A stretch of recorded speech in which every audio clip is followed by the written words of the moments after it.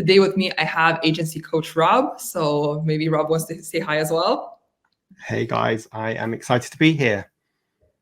Cool. Yeah, Toggl Academy, as always, we're pretty much here trying to figure out the best ways for agencies to work, grow, make profit, and just nail their operations. And today we have one of the topics which probably comes up for every marketer and every almost I would say freelancer or anybody who's just providing some sort of a service, including agencies as well. It's scope creep, and it's basically doing your job and then doing a little bit extra of it and then doing a lot extra of it because you're nice.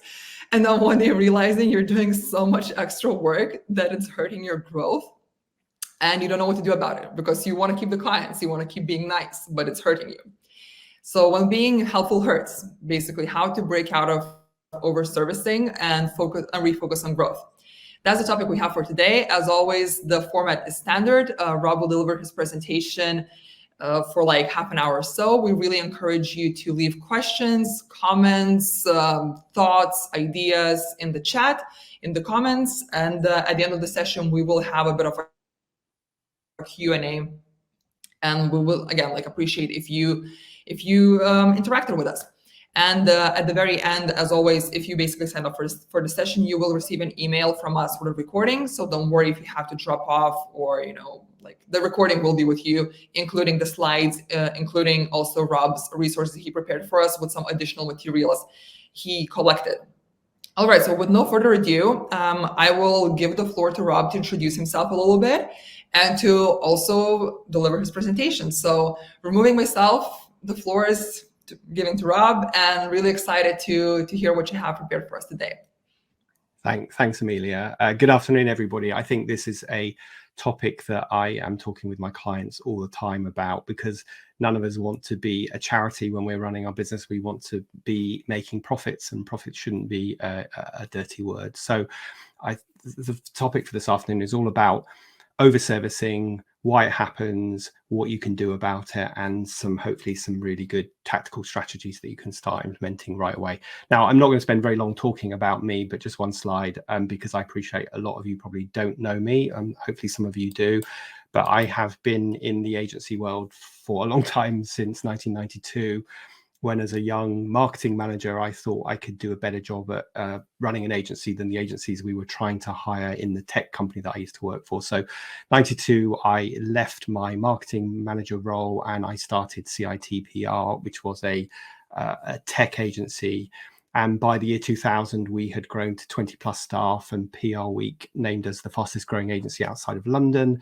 And in 2003, we'd grown to 25 people, turning over about £1.5 million, and we ended up selling the business to a large US agency. And after faffing around a bit and doing some freelancing and then retraining, I started my current business, Costa Coaching, in 2007.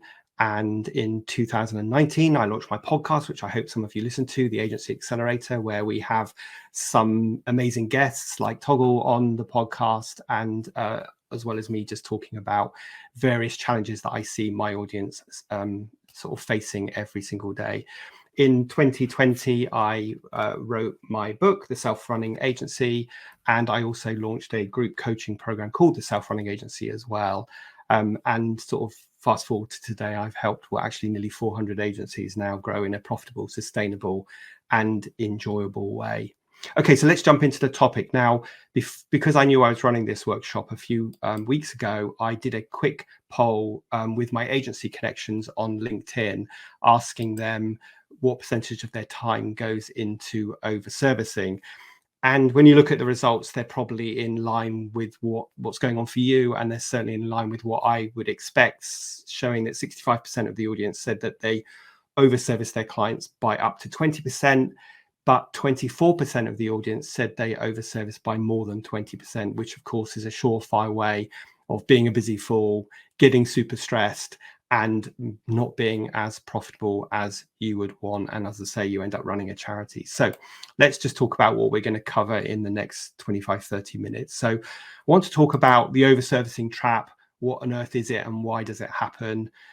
I want to talk about the cost of over-servicing, dig into some of the signs that you're over-servicing. Now, I know those all sound really obvious, but when we're in the weeds, we often can't see the wood for the trees. So it's good to just kind of stand back and recognize what are some of the things that cause us to be over-servicing clients, and how do we recognize when we're in that space, besides we're stressed and not making much money. I then want to spend a bit of time digging into the difference between a standard service and an extra service. And this is all about the perception that the client has rather than what you do. And then I want to share with you 5 ways that you can push back on clients when they ask you to do additional requests. And then finally, I'm going to talk about making the shift so that you can kind of permanently move away from this over-servicing cycle that so many of us find ourselves in. And then we'll jump into Q&A. And as Amelia said, I love these sessions when they're interactive. I love being challenged. I love having questions. So please do feel free to drop any questions that you've got as we go. If it's pertinent to what I'm talking about, I'll try and answer it. Or as Amelia said, we'll have time at the end, and hopefully you can use that time to get insights for specific challenges that are going on in your agency.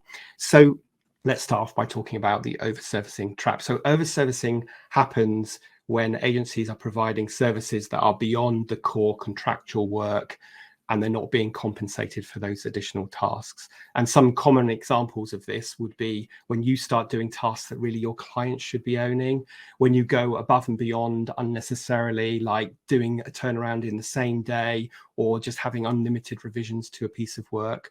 And when the client says, hey, can you just, and in their mind, that can you just additional tasks will take 20 minutes, but in reality, it takes you 2 hours.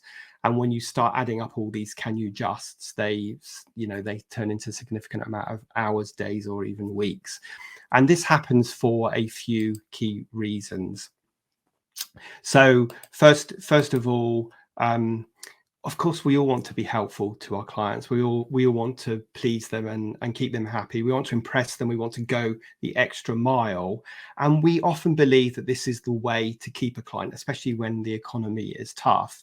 But this sets unrealistic precedents that become really difficult for you to sustain over time. And then you're in danger of actually creating absolutely the opposite of what you intended, which is because you can't sustain this high level of over-servicing, the client's now disappointed, and more on that later. Second of all, we've got a fear of saying no, and we believe that if we say no, we'll damage the relationship. But I want to say this is just a story that we are telling ourselves. And by being assertive and polite, often we can have a better relationship with our client than just constantly saying yes.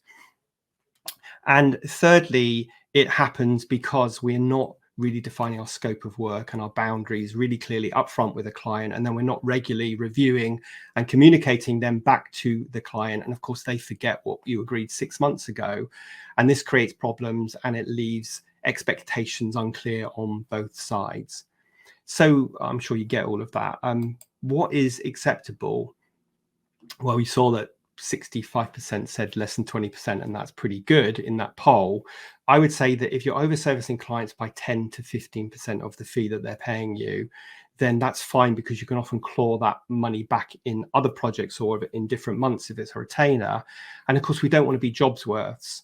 But you can see from the poll that on average, we are above that. So the minute we start going way above that, we are obviously making a loss. And the costs of over-servicing, well, I know that these are obvious again, but obviously they drain your resources really quickly. They lower your margins. And most importantly, they create a really big disconnect between how busy everybody is in the agency and how much profit your agency is actually delivering. But with the right approaches, we can start to minimize these risks. We can focus more on those strategic initiatives which are aligned with your agency's growth and your clients' goals, and of course your profit. And that means we can stop being busy fools. It's really interesting that years and years ago, I wrote a blog called Are You Being a Busy Fool? And it was talking about some of this stuff. And it's still my #1 read blog. So clearly a lot of people are typing busy fools into Google. So on that note, let's dig into a bit more about the hidden costs of over-servicing, so you can really get a sense of the full impact on your agency. Now, I want to do a bit of a shout out here before I show you the slide, because when I did that poll on LinkedIn, Trisha Fox left a comment, one of my followers left a comment on the poll. And I think this is a really good way of framing overservicing, and it's a good way to start shifting your thinking about overservicing from a different perspective. And she said that it's not overservicing, it's write-off. And she said, as soon as you shift your narrative around that internally, then it becomes a whole other conversation, because overservicing sounds like something that's helpful and wholesome and good, whereas write-off sounds bad and financial. So I think that's a really great way of looking at this, changing the word overservicing to write-off, and suddenly we start seeing this in a whole different perspective. So if you have a kind of a culture in your agency of like, guys, just do whatever it takes, then overservicing may feel beneficial in the moment because you're helping your client, but it carries loads of hidden costs that compromise your success and your growth. So first of all, the sheer time and effort that you're spending on low value or no value non-contracted work, hour after hour spent on extras that are not paid for, and they distract you from those core deliveries. And those core deliverables might be the thing that the client's really judging you on, not all these other superfluous distractions that you're being asked to do. And then this leads to the second cost, which is less time to focus on higher value activities that drive growth, like business development, your own marketing, innovating your services, strategic planning, or just the actual paid work that you don't have capacity to do anymore. And overservicing traps you and the agency in the weeds, and it keeps you stuck on the client service hamster wheel of doom, which is a term that I use all the time, where we're just desperately trying to keep that wheel spinning, servicing the client, and we've got no time to do anything else. That ultimately means, you know, we may fall off a cliff in the future. And of course, all of this creates stress and pressure because everyone's workload gets bigger, and yet your profits and your income aren't rising proportionally. And fourthly, overservicing makes it much harder for you to increase your prices, because clients get accustomed to all this free work. They get accustomed to you saying yes when you ask them. So why on earth would they pay more or accept a pay increase? So that's another really important thing to remember, that it makes it really difficult to increase your prices. And in addition to impact on margins and morale, these issues, these hidden costs, inhibit your agency's growth. And as I said, there's a disconnect between how busy you are and how much money is coming in the door. So this is all very well and good, but how do we know if we're overservicing? So let's just spend a few minutes digging into that. Now, obviously, this might sound like an obvious question to ask, like, how do we know when we're overservicing? But when you're deep in the weeds, you don't have time to consider this. So let's just look at some of the key indicators that cause overservicing to happen. And the first one is taking on work outside contracted scope. Means that you're going beyond what you have agreed. So you really, this is like the most important point, want to make sure that you have a really clear scope of work that the client signs up to, that you review regularly with your client, at least quarterly, and your team, if you have one, also understands that scope of work. And that sort of leads us on to the second point, which is saying yes immediately when a client asks you to do something, which means you suddenly have all these unintended commitments that you now have to deliver, and that derails your focus.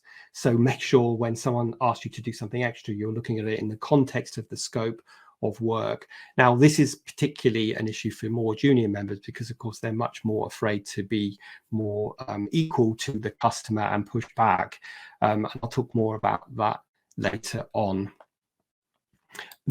Another result of this is that you are in constant crisis mode, because you're always reacting to client demands rather than being proactive. And that means that you're putting out fires, which is not much fun. And it also stops you actually making progress against the scope, which of course turns then into overservicing, because you've got to find a way of delivering what you agreed originally. So a really important point here is, don't let the client urgent, which is often caused because of their disorganization, like leaving things to the last minute. Don't let their urgent become your urgent. So put timelines in place with key responsibilities, both on you and the client, and key deliverables on you, but also key deliverables from the client as well. And then make sure you're communicating that regularly. Okay, so another thing is that the client might just not be aware of expectations and what's going on, so they're constantly nagging you and over communicating and messaging on Slack or instant messenger or email or whatever it is. So and of course that's going to suck up a ton of time, which will lead you to over servicing. So make sure when you're onboarding a client or when you're setting up a new project that you are agreeing both the formal communications and even some of the informal channels of communication that will keep them updated and help them avoid constantly checking in on you and chasing you and all the rest of it. Another thing that will lead to over servicing is completing client responsibilities for them. Apart from anything else, this creates a really unhealthy kind of dependence on them to you. So you need to be pushing back, and you need to kind of get them to take responsibility and reframe that by saying, look, you know, you're empowering them to do the things that will drive the project forward. Another thing that creates over servicing is clients asking for quick turnarounds and leaving things to the last minute and then wanting you to deliver it quickly. And this of course creates major strains on your capacity. So again, you need to manage the expectations, like what is your service level agreement with the client in terms of how long things will take. And I always use the postal service as an example here. If you bought a second class stamp, and that means that your letter is going to take maybe 3 to 5 days to get to whoever you're sending it to, then you can't expect it to get there the next day. And indeed, if you want it to be guaranteed to be delivered the next day, you're going to be paying an awful lot more than a second class stamp. And so we need to be applying that same thing to the way we service our clients and we respond to our clients as well. And finally, the net result of this is that you have absolutely no bandwidth to take on new clients because your plates are so full over servicing existing clients and not making anywhere near the profit margins that you hope for. So this leaves little time for you and headspace for you to think on growing new clients and taking on clients because everybody's capacity is overflowing. And of course, ultimately that lowers your profits. So I think those are some points that are worth being really aware of.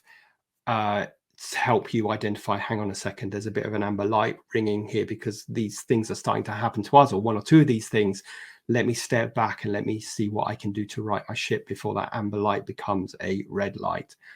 So one of the first things we have to tackle with all of this, both from your end and from the client's end, is understanding the difference between a standard service and a product and a extra service.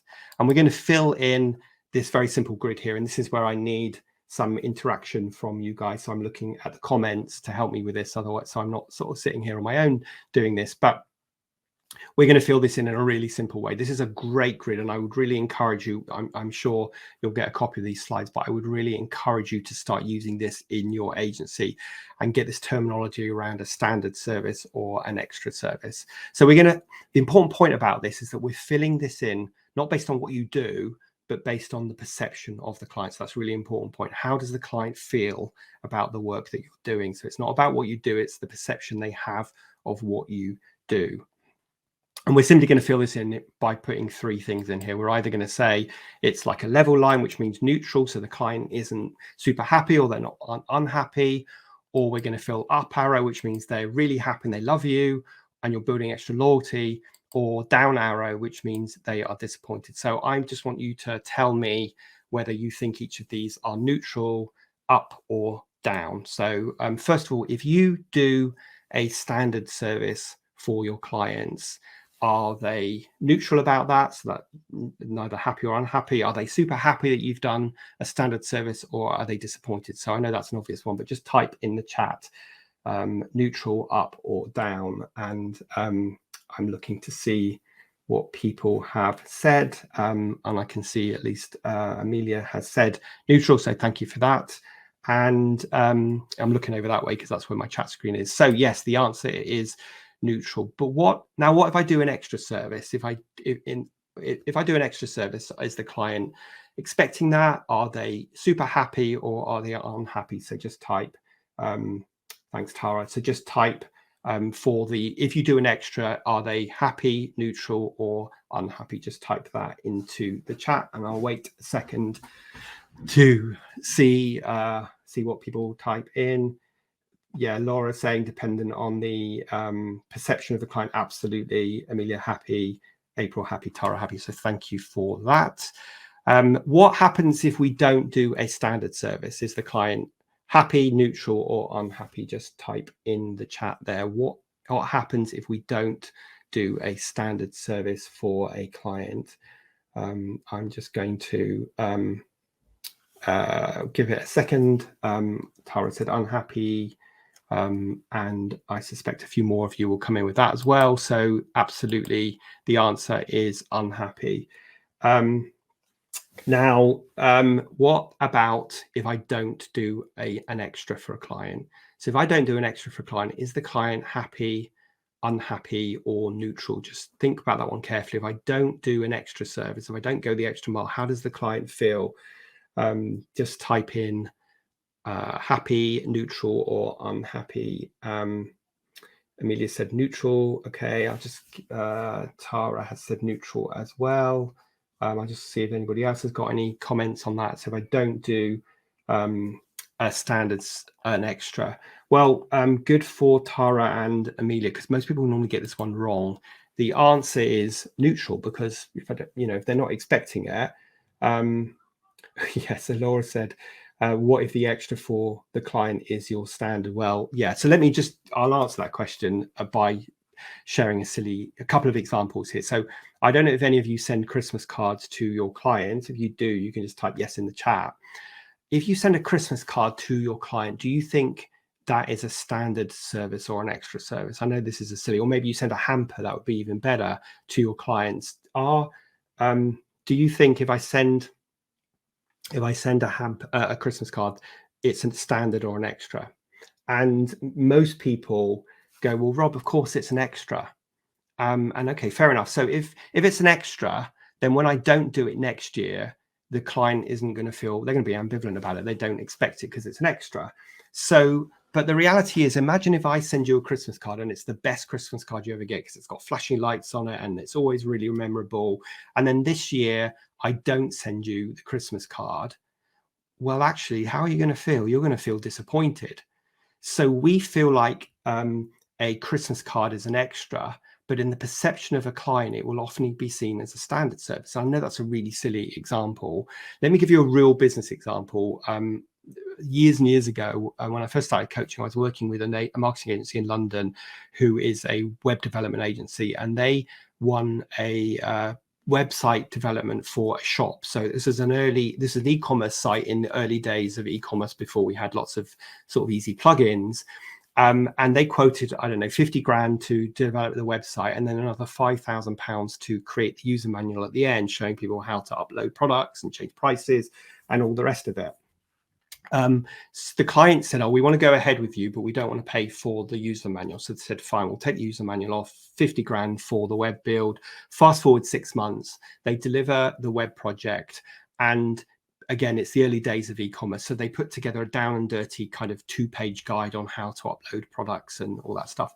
The next minute, the agency's got the managing director of the shop on the phone complaining that the guide they've sent them isn't clear enough and it's difficult to use. They've completely forgotten that they didn't want to pay the extra 5 grand for this guide. So out of the goodness of their heart, the client was trying to do an extra for their customer, the shop, but the customer didn't see it as an extra. They saw it as a standard. So I hope I'm not confusing anybody here. So I said this to the client, said this to my client, the agency, and they said, well, Rob, what should we have done? Well, first of all, you should have referred back to the fact they didn't want to pay the 5 grand for the user manual. Second of all, you should have said, we are doing this for free to help you out. Thirdly, you could have even put a price on your invoice with 100% discount by it, so they could put a financial value to it. But what you shouldn't have done is just delivered it thinking that you're going the extra mile, but now the client is unhappy about it. So to answer your question, Laura, you've just got to make sure that the client perceives the work that you do as a standard service, and anytime you choose to do an extra, you have to make it super clear that it is an extra, and by it being an extra, it means next time I could charge you for it. So that's what you need to make sure you're doing. And anytime you find yourself going the extra mile, doing lots of extras, you need to kind of do a time out and kind of go, okay, so how do I need to communicate this to the client, that this isn't included in the scope of work, but on this occasion, I'm doing it because I want to help you out, but I may not be able to do it in the future, or next time we would charge you X amount of money for it. So that's the important point about this. And I would really encourage you to take this framework and get this language in your agency. So when you're working on a piece of work, you're clear about, is this a standard service or is this an extra? And if it's an extra, are we communicating really clearly with the client so they understand that it's an extra? And we're not just assuming, like the web development agency did, or the Christmas card example, we're not just assuming that they see it as an extra, because often they won't. Okay, so let's move on from standards and extras before I tie myself in any more extras and standards. So let's explore some tactics on how to avoid overservicing in the first place, because then these conversations become a little bit more mute. So the key to avoiding overservicing is to establish really clear boundaries and be confident about pushing back on your client. So first of all, and I know I've said this already, but it's probably the most important point. Oh, good. Glad it's clear. Thanks. Thanks, Claire. Laura, rather. First of all, you need to get a really clear scope of work, and you need to get really clear boundaries right at the beginning of a project, in your contracts and in the scope of work and in your first meetings, being really clear that all the people at the client's end understand this.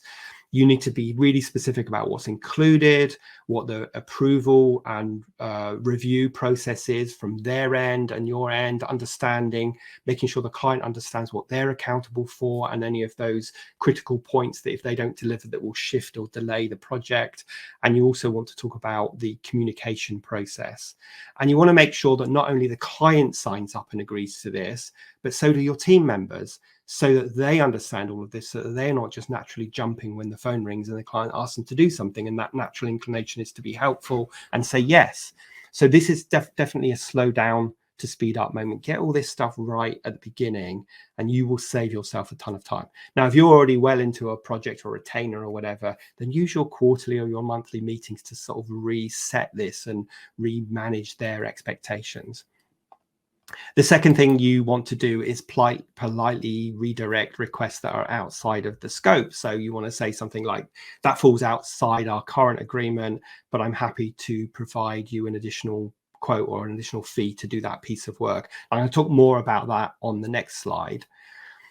Thirdly, you want to make sure that you are educating the client on their responsibilities. So you want to be transparent about what you will and won't handle, and what's on them and what's on you. And remember, this is super important, that this is a partnership, an equal partnership relationship that we're getting into. It's not an imbalanced client-supplier relationship where the client beats the supplier up and blames the supplier for their those are not your ideal clients. Your ideal client is one who respects what you do and sees you as a partner and an important cog in the overall works of their marketing. And so we want to make sure that we are reviewing the scope of work regularly. It could be in our monthly meetings, our monthly reports, our quarterly reviews, whatever it is. Get into a cycle of reviewing it regularly, because of course things change, and the scope of work you created today may not be fit for purpose in 6 months' time. So one mistake we don't want to make is cast it into stone, but we don't just want to let it naturally evolve without any actual discussions around what's included and what's not included. And finally, we need to say no diplomatically. So I want to spend just 1 minute talking about this, because this is really important. Most people think that there are usually only 2 answers when a client says, hey, Rob, can you just, and they're asking you for additional request. And they think those 2 answers are, yes, of course we can do that, or no, we can't. And this is especially true for more junior team members who obviously are more afraid to push back. So make sure you've taught them standards and extras, and you've covered some of the things that we've talked about before, because in reality, there are 5 responses to that question. When a client says to you, hey, can you just do this thing? You have 5 responses that you can give them. So number 1 is you can say, yes, we can do that. You figure it's part of the scope of work, or it's important to help deliver the outcomes you're trying to achieve, or it fits in that 10% over servicing. You can say yes. Or you can say, yes, we can do that, but not until this date, because we have our work schedule completely full. And so we can do it into this date. And if they say, well, that's not going to work, you can say, well, okay, we can do that, but we need to swap something else out that we've already agreed to do. So that's the third answer. The fourth answer is, yes, we can do that, and it will cost you this much money to do it. It's fair enough. Just bought a second class stamp. The post office tells me it's going to take 5 days. I say, oh no, I need it to get there tomorrow. They don't say, oh, don't worry, I'll do it for you. They say, well, great. Let's send it guaranteed delivery. Instead of costing £2.50, that's £10.50, and you pay the extra for it. And exactly the same should be true when it comes to extras for your client work.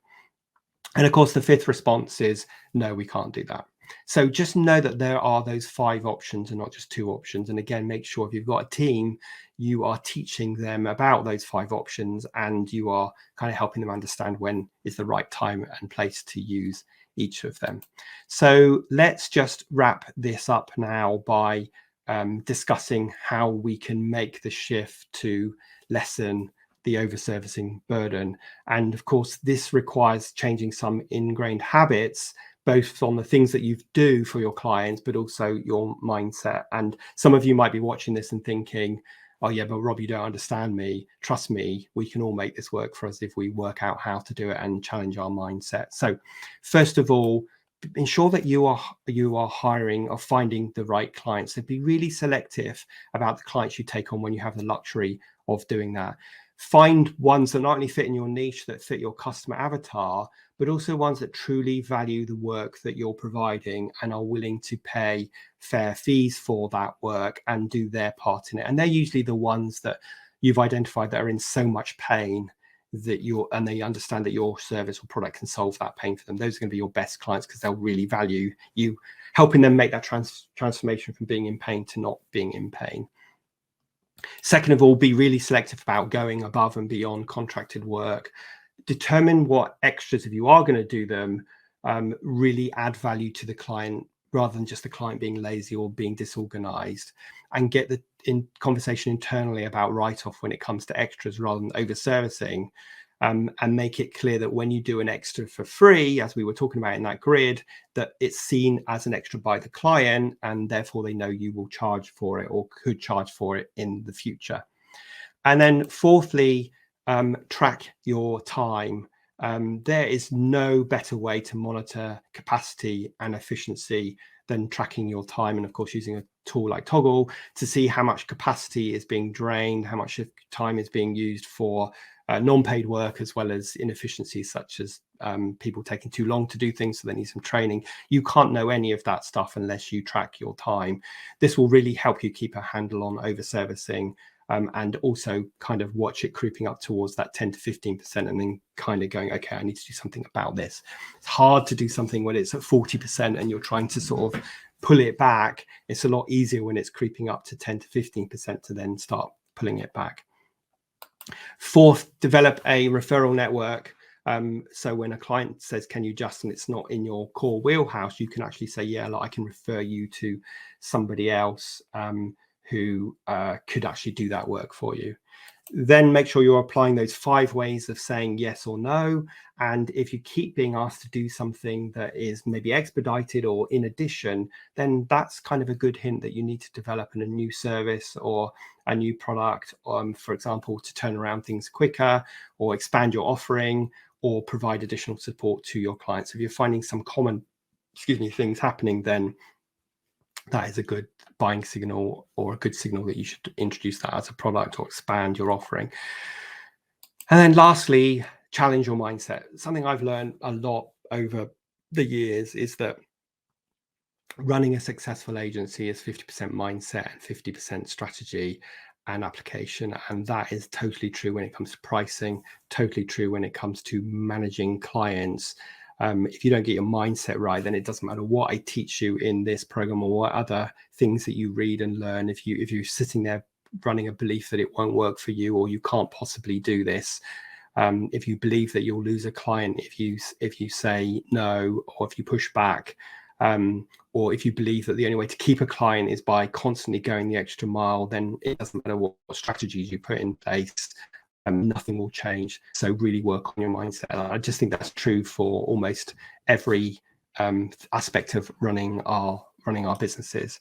So making these small shifts will allow you to focus on higher value work that's aligned to the outcomes that your clients are looking for, which is a sure way of keeping your clients for the long term.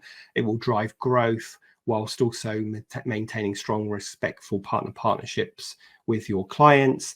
And of course, it will help you hit your profit and your profit margins. So I'm going to wrap things up there. I think I'm not quite sure how, we're hopefully on time.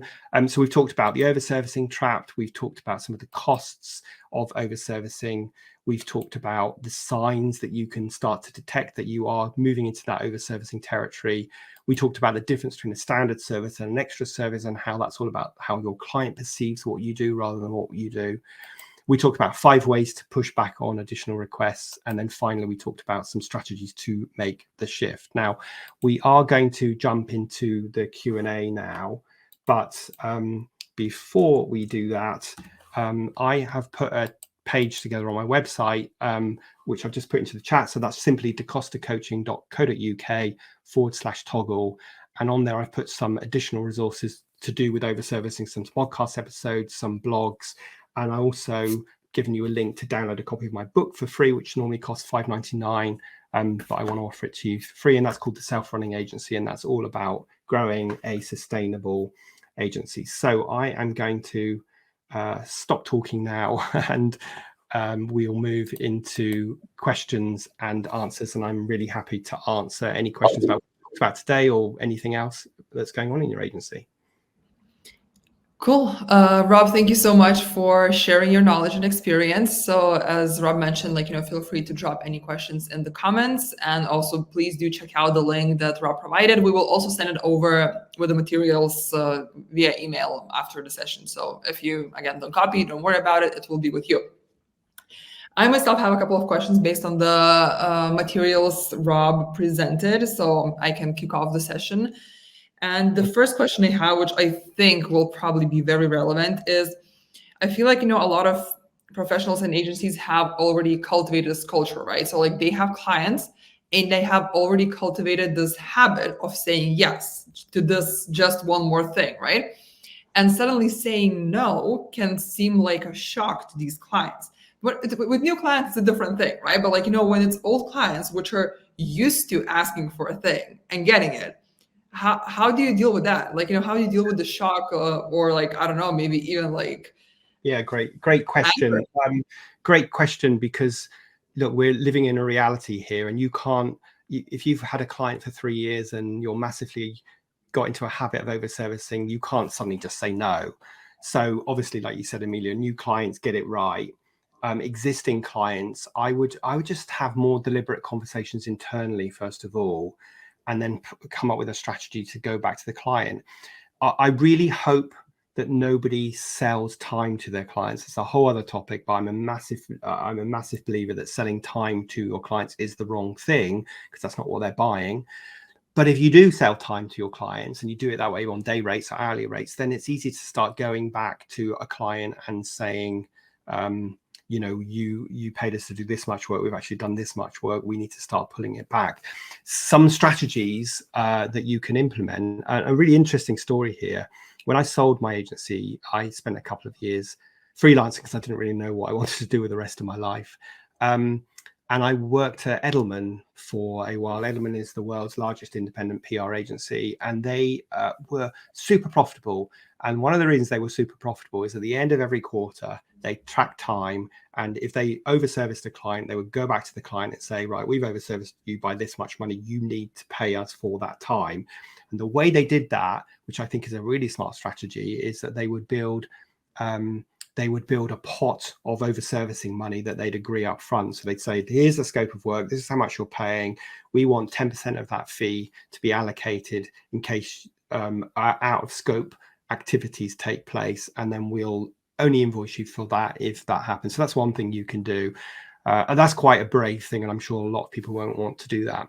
I would just start one area and I would start pulling it back slowly. I would start with the question, yeah, we can do that, but we can't do it today. Or yes, we can do that, but we need to charge you an extra fee because that's outside of what we've agreed. I think that's an easy thing that you can sort of do on a day-to-day basis, rather than just suddenly going from the super helpful person that you were yesterday to the no, can't do that. Like I said, nobody wants to be jobs worth, but when we start thinking about overservicing as write-off, we start thinking about, I'm actually being a charity by doing this for free. And the client isn't respecting me because they just expect it because they're not seeing it as an extra.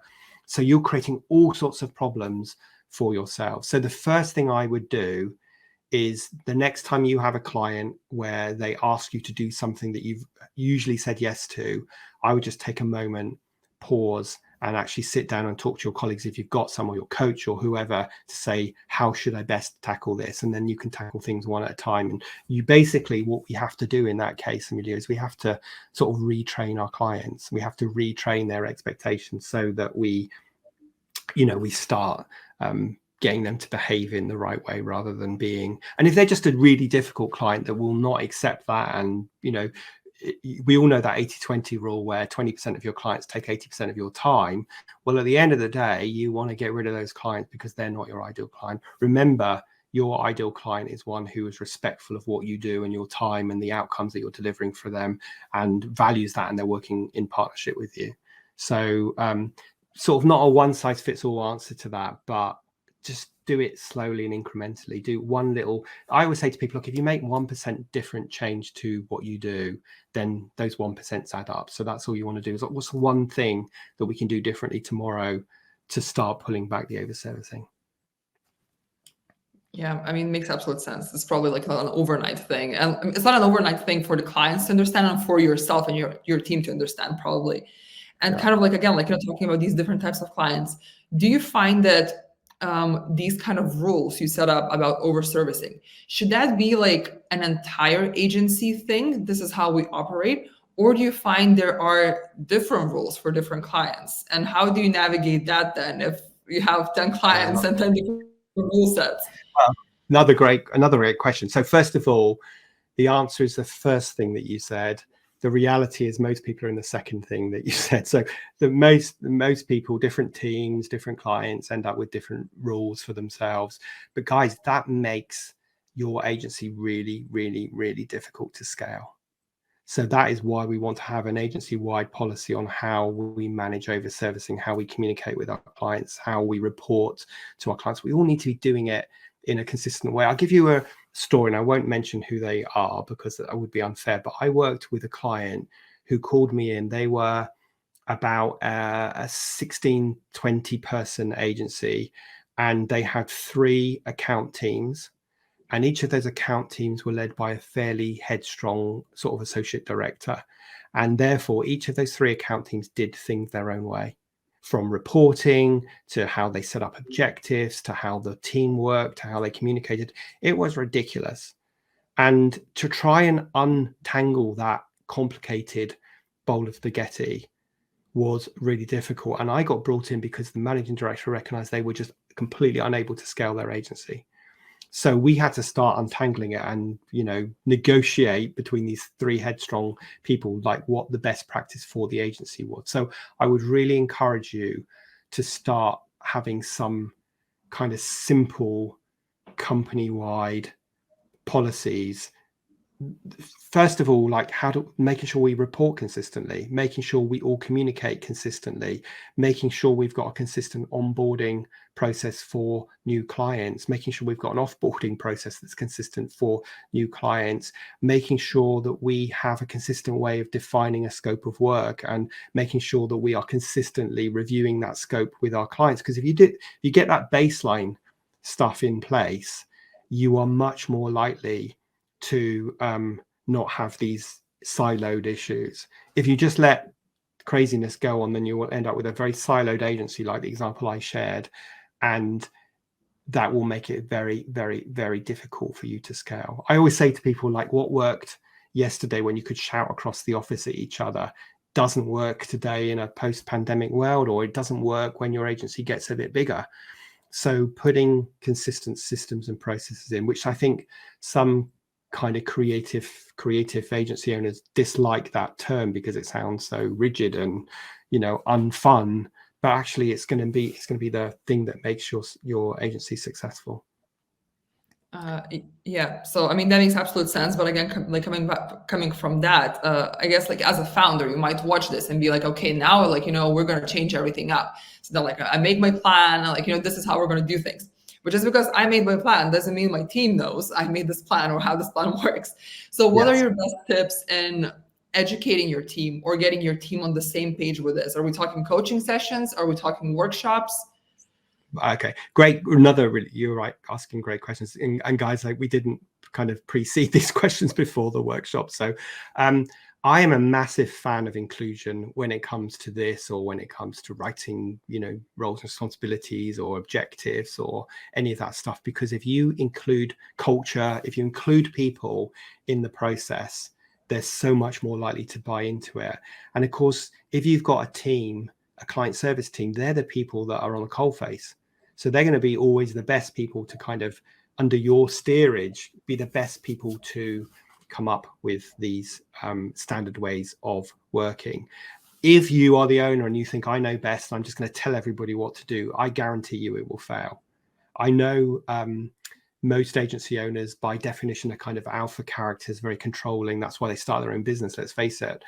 And they think they know best. But if you just tell people, then they won't follow it. And then you're just going to get really frustrated. So my advice would be run some workshops internally, state what the problem is, state what the goal and the outcome that you're trying to achieve is, and then just throw it open to people to start suggesting ways, make sure someone's capturing that and then translating that into a process that you can then roll out with the agency and you can monitor. I would, if you're big enough, I would have some champions internally that are going to, a good example actually, Amelia, which you must come across all the time, is I am honestly a massive fan of people need to implement time recording into their agency. They shouldn't sell time to the clients, but they need to track time to work out whether we're profitable, overservicing, and all the rest of it. But implementing time recording can be a complete disaster if you don't do it in a way that you get everybody's buy-in. And of course, you have to lead by example. So how many times have we seen an agency implement time recording and the owners or the senior team are kind of saying, tell us, do as I say, not as I do, because they don't feel the timesheets in themselves. So, and trust me, today, time recording has got so much better than when I ran my agency and we kept our time in an Excel spreadsheet, because Toggl, I don't think Toggl existed, but most of the time recording platforms didn't exist back then. So be inclusive about it, get everyone involved, let them come up with solutions. Like I said, they're often at the coalface, and then have a champion in your agency who's the person that's really going to roll this out and check up on people. And hopefully that champion isn't you, because if you're the owner, you don't have time to do everything, including this. Now, if you're a one-person agency, then all of this applies. If you're a one-person agency that aspires to grow, then trust me, put these in place now. I always say to people that we need to put the platform in place in order to grow to the next stage. Most people draw a growth curve as a curve. In reality, it's not a curve, it's a stepped process. So invest in the platform, the infrastructure, the systems and processes, the sales and marketing, the people, create growth, then invest in the next platform, create growth, if you see what I mean, so on. So what you want to be doing today is saying, am I putting the platform in place that will make it easy for me to grow into the business I want to be next year? And that may well be putting some of these in place today, even if you're a one-person business, but you want to hire one person. The minute you've got one person in addition to yourself, and they're doing things slightly differently to you, you're already creating anarchy and chaos in your business. And then scale that up to 2, 3, 4, and suddenly it's a mess. So, and it's really hard to unpick this. It's much easier to get it right from the beginning. Great, thank you. Last call for anybody who wants to pop in a question, because I want to be conscious of the time. And in the meantime, I will ask my last question, which is, I guess, standard for these sessions. So say an agency founder, CEO, like anybody in the agency, like, watch this presentation, now they're ready to make a change. What's the first thing they should do tomorrow morning? The first thing I would do tomorrow morning is look at my scope of works. Do I have really clear clarity between me and the client and between me and my team about what is included in the fee that they're paying us? And if that isn't correct, then every other thing you try to do won't work, because we've all got different assumptions about what we're doing. So a scope of work can be a really simple document. It doesn't need to be a complicated document. It can be very simple. If you're an agency doing on a retainer like social media or PR, then be really clear about the kind of things that you're going to do on a month-by-month basis. If it's a project you're working on, like a web design project, be really clear about what's included and have a very clear timeline, and also identify those dependencies on you and the client. And then once you've got that scope of work, the next thing you need to do is communicate it very clearly with your client and with your team. No point the client understanding it, but your team doesn't, because we're all going to ask way more of our service, our provider, if we can. And if they say yes, well, of course I mean, that's just human nature, right? If I went to Starbucks and I bought a coffee, and every time I bought a coffee they gave me a free croissant, well, I'm always going to want a free croissant. I'm not going to want to pay for it. And then the next time they say you can't have the free croissant, I'm like, well, what have I done to upset you? So get that right. So it's like the foundation is the scope of work, whatever you want to call it. People, the contract, whatever you have in place, just slow down to speed up, get that in place, communicate it with your client, communicate it with your team, and then you will be in a good place to start putting some of the other things that we talked about in today's session. Cool. Thank you so much for joining us, Rob. Thank you, Rob, Tracy, Tara, James, and Laura, and everybody who joined in, commented, participated. Appreciate you guys being here and interacting with us. Again, as I mentioned in the beginning of the session, we will send out the recording, the deck, any kind of useful links a little bit later on, either this week or early next week, but it will be with you. And thank you, Rob, for joining us. Really appreciate it. Hope to have you again in any of the following Toggl Academies, hopefully. And I think that's it for me. I really appreciate you guys being here again.